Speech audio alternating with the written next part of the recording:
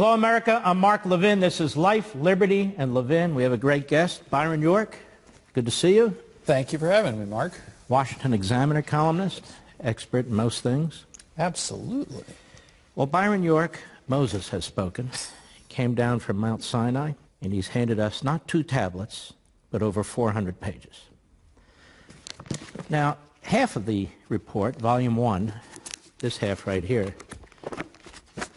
President of the United States, Trump world, Trump campaign, Trump White House, was not colluding with the Russians. In fact, nobody was colluding with the Russians. Not a single American, he says.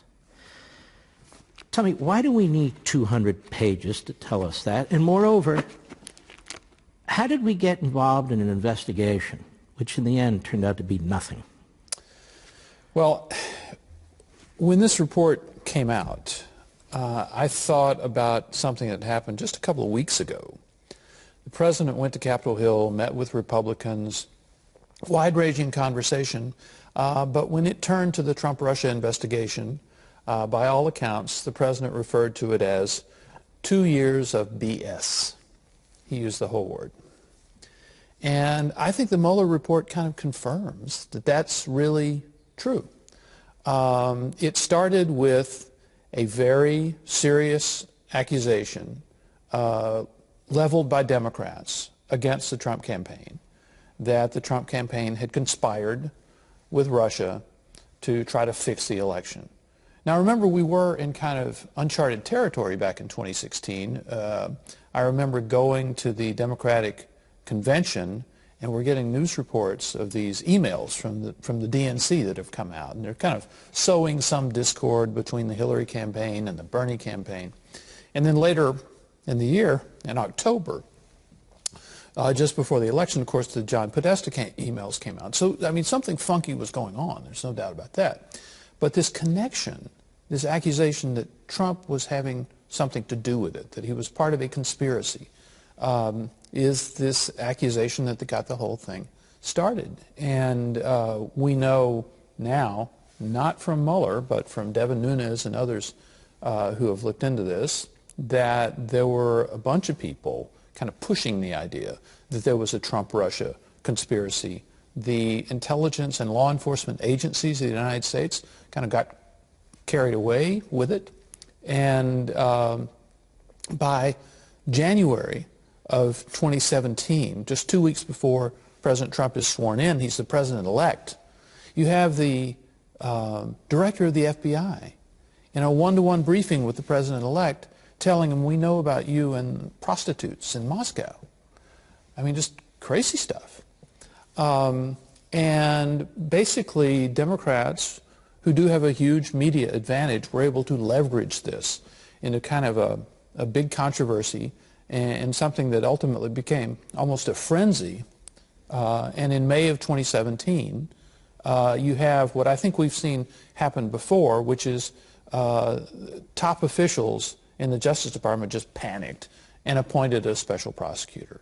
Rod Rosenstein, in this case, appointed Mueller the special prosecutor. I think we saw it years ago in the CIA leak case. I think maybe a number of your viewers might remember that. That's when there was this idea that the Bush administration, George W. Bush's White House, had exposed, blown the cover of a CIA spy. You had some of the same people involved, like Charles Schumer, screaming that there must be an investigation, there must be a special prosecutor, and the Justice Department kind of panicked, and they appointed one, and led to a multi-year investigation.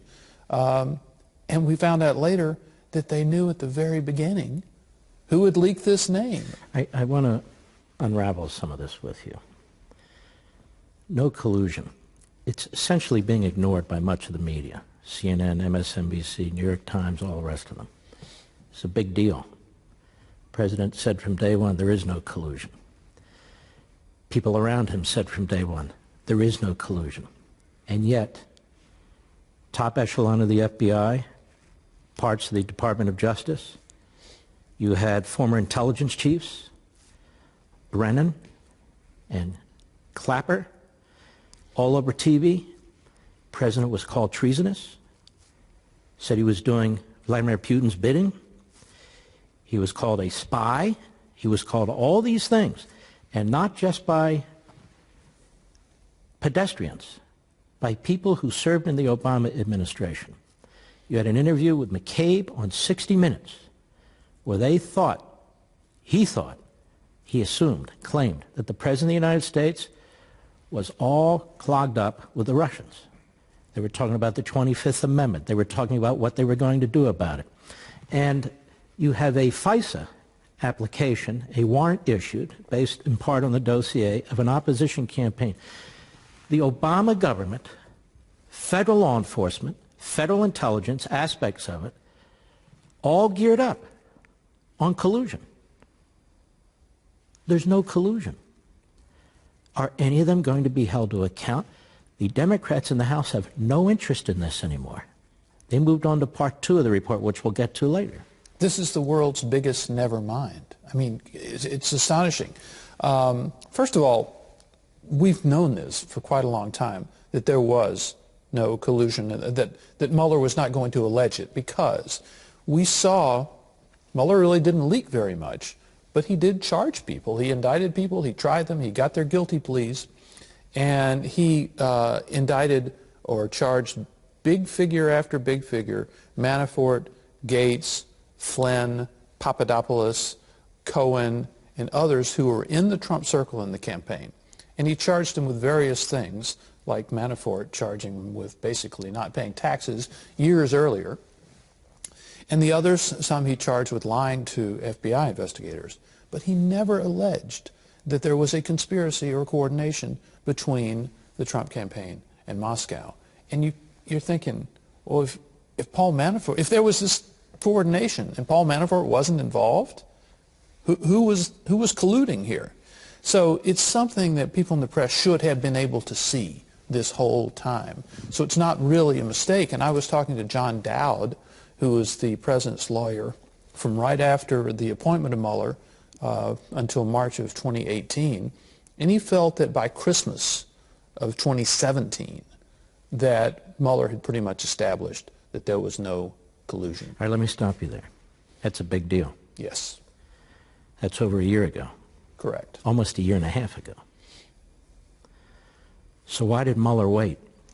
That is a great question. Why did Mueller wait to issue his report? Why didn't he go up to a microphone, which he could have, and announce to the American people with approval from the Deputy Attorney General at the time that there's no collusion, rather than all this tumult, the cloud hanging over the presidency and so forth? Why did he wait? Good question. Remember that in December of 2017, there were some news stories that the White House kind of expected this would maybe be over very soon.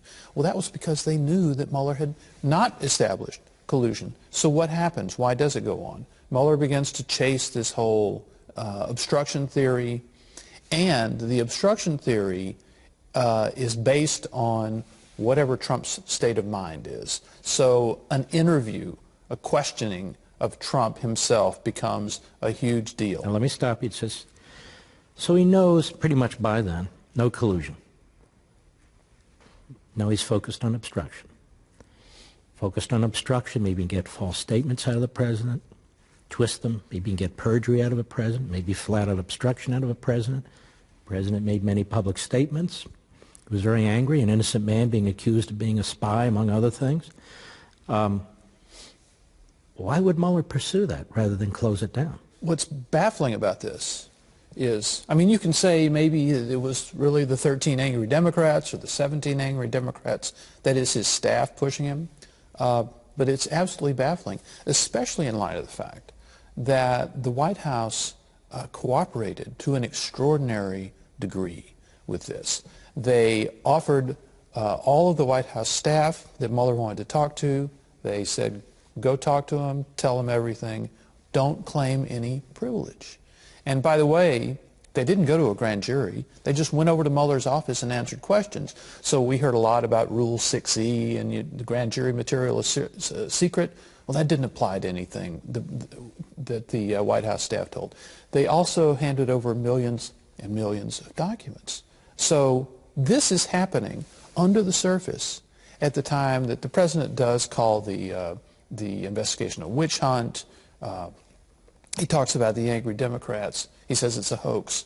But underneath the surface, he's cooperating and sending everything over there. And he thinks that that is going to convince Mueller that he is cooperative, that he's open, that he's transparent, and that once this conclusion is reached, that there was no collusion, then the whole thing can go away.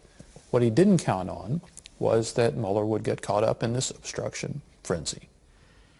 And it's obvious the president and his team saw this as a dangerous possibility. Yes. Because they refused. The president wasn't going to be interviewed by Mueller. Now, Mueller could have issued a subpoena and try and force the president to come before a federal grand jury. He could have tested his powers. I've argued it wouldn't have flown, that no federal court would have agreed to that, certainly not the Supreme Court, because he didn't have the necessary predicate to be interviewing the president. In his report, this is the second part of the report. This is Volume 2. Volume 2, which the Democrats are focused on, having now rejected Volume 1, which is the collusion, which is what they charged to begin with. So I want to address this very thoroughly. So the President of the United States doesn't agree to be questioned, and shouldn't have, agrees to answer questions in writing. But it says a lot. And what Mueller says in his report is, we were near the end of our investigation. This could have been a long period of litigation. We wanted to wrap up, but we pretty much had everything we wanted anyway. Excuse me? You pretty much had everything you wanted anyway, and you make a big deal of interviewing the president in person, and you know there's no collusion? How do you explain that? We ought to get into the weeds a little bit of this to show the extent of the cooperation. When Trump had meetings in which Don McGahn, his White House counsel, was involved, and there were a lot of them. They're in the Oval Office, they're sitting there, a number of other officials as well. McGahn is there. A woman named Annie Donaldson was also there. She was McGahn's chief of staff. All right, we're going to continue this, and I want to get into the weeds when we return. Ladies and gentlemen, don't forget to watch Levin TV, most weeknights. Just join us. Give us a call, 844-LEVIN-TV, 844-LEVIN-TV, or go to blazetv.com/Mark, blazetv.com/Mark, and join us. The special counsel made clear that he did not exonerate the president, and the responsibility now falls to Congress to hold the president accountable for his actions. Congress must get the full, unredacted report, along with the underlying evidence uncovered by Special Counsel Mueller.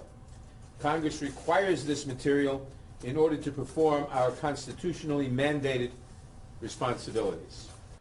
House Judiciary Committee Chairman Jerry Nadler just hours after the release of the redacted special counsel report. On Friday morning, he issued a subpoena for the full unredacted version. It requests that Attorney General Barr turn over the documents by May 1st at 10 a.m. Eastern Time. That could spark a lengthy court battle. We're joined by former Department of Justice Attorney James Trusty. Welcome back. Nice to see you again. Sure, you too, Paul. So let's take it, the criticism first about William Barr, because he summarized some of the report, and a lot of critics say that was just not kosher. Do you think that's fair criticism? Yeah, in this case, I really don't think it is. I mean, Barr did not say that it was a flat-out, across-the-board acquittal for the president. He did acknowledge there was some vagary to the obstruction part of the analysis. And it was a 4-page summary of a 483-page document. So you can always parse and say, why did he leave this out? Why did he leave that out?